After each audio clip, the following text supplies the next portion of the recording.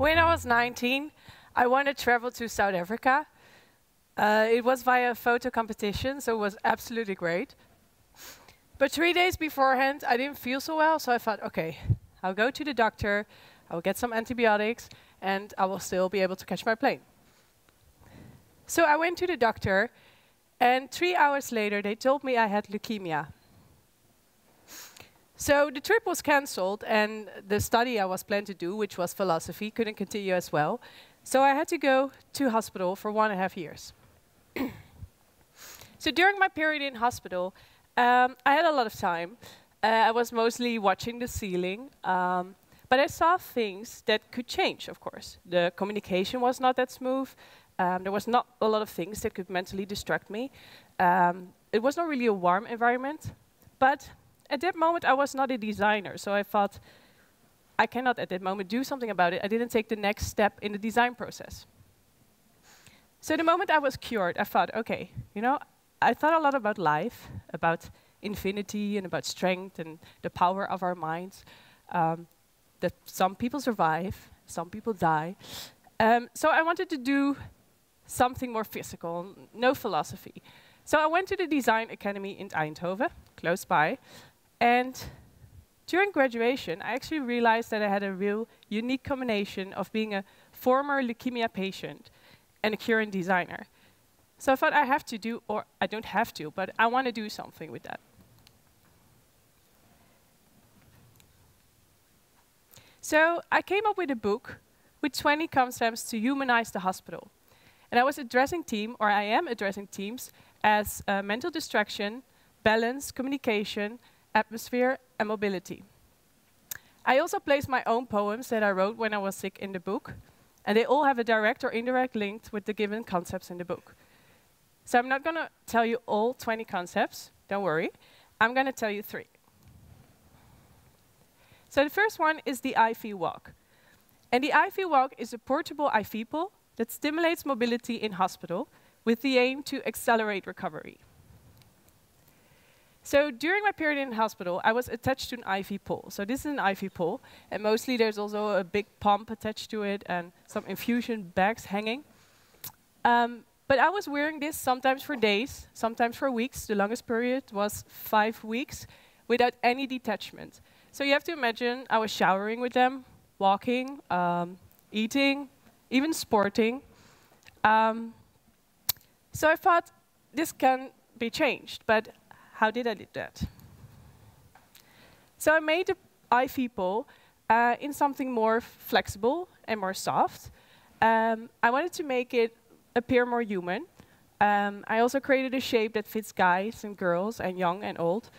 And I also took an unfamiliar shape because the moment you release out of hospital, you don't want to look, for example, if I would have made it into a bracelet, every time you look at the bracelet, think about the hospital period. So it has an unfamiliar shape, so you don't create unnecessary links. I also made it in this way that it's not heavy on the shoulders, so you don't really feel the weight because it's completely in balance. And also you can sit comfortable with it because you can flip the back part over the back of your chair. And also I searched a balance between hiding the medical equipment and accepting the disease, because you can show that it's there, and I think if you accept the disease, you have more energy to recover. So how it works. I have 2 beautiful models. There is an infusion pump on the front, and there will be an infusion bag here. And via actually the infusion bag, there goes a wire, or an infusion tube, you call it, via the pump up to the shoulders, and it goes so to the veins. I didn't put them in the models now, but so this is how it works. It's actually a simple system, but now looked out of a patient's eye. So because of the IV walk, you become more mobile, and it's a very important thing. And mobility, you know, makes the patient recover faster. And of course, that is a claim. But if you think about it, it does make sense. If the hospital, and especially in the Netherlands, wants to cure people, they have to think about 3 things. That is 1, good food. That is 2, that people are able to be mobile. And 3, that they have the ability to go outside, to breathe fresh air, or touch nature. And all of those threes are not stimulated in hospital. First of all, the food is so freaking bad. I don't know if someone here has ever been in hospital for a period. 1.5 years eating this food is crazy. There were some like chefs in Holland, and they compared to prison food. No offense for the prisoners, but it was way, way worse than prison food. The second one, what I already mentioned, it's not stimulated. The mobility is not stimulated. And also to go outside, there are not much gardens, or going with the pole into the sand, it's not working. So I hope actually, oh, and one fact, also inside the hospital is really unhealthy air. There's the most bacteria, actually also for healthy people, to go there. So the ability to go outside is a crucial thing. So I hope that the IV walk, can be the beginning of looking to hospitals in a different way, and also to look at out of a patient's perspective. So my second project is Balance Your Beat. And Balance Your Beat is an object that gives the insight of your energy level. When patients are released out of hospital, it's not that you pick up life any seconds. And I'm talking now about patients that have been in hospital for years. Sometimes you don't have hair anymore, your body is different, you have weaker muscles, or you cannot bike, you cannot even run. Sometimes you have to figure out the social structures, or I didn't even know what was the fashion at that moment. I never thought about that before, but little things that for most of the people is normal is different. But what is super challenging is that you have low energy. And a society nowadays goes as fast as possible. I don't know why we all do this, but we like it. We go as fast as possible, and we ask a lot from each other. So if you have low energy, it's quite hard to keep up. So either you overdo things, or you underdo things, and you stay at home. So I created a simple object that gives an insight in your energy level. So how it works is you have 30 beats, and every beat stands for a day. So if you have an active day, you move a red beat, and if you had a lazy, slow day, you move a blue beat. So when it gets out of balance, you know, okay, I have to be active again, or I have to take rest and be more, more calm down. So something like as simple as this object is, it makes something abstract visualized. This is for on holidays pocket version.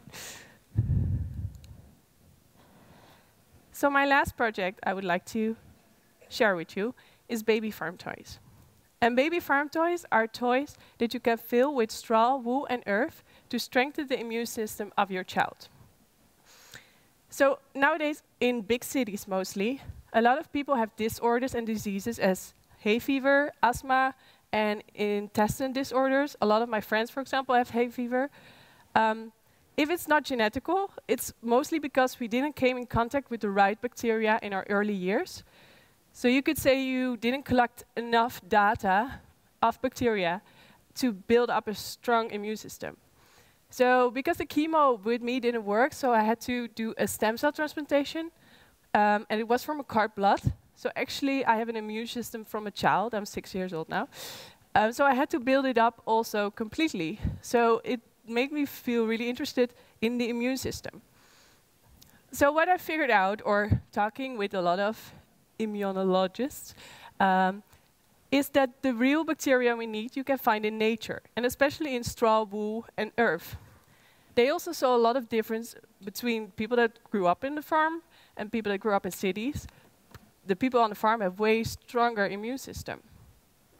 So that's why I created baby farm toys that you can fill with straw, wool, and earth for your baby, that you can strengthen the immune system for your child. It's from a biological farm, and you can refill constantly, so you can collect this data. So it's a baby. It's nice.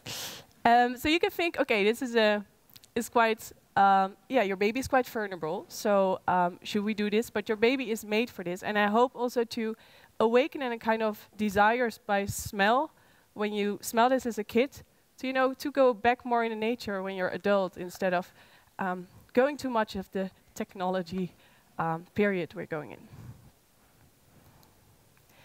So as you can see, my projects are a lot about health, about the alienation of our bodies with ourselves, but also with nature.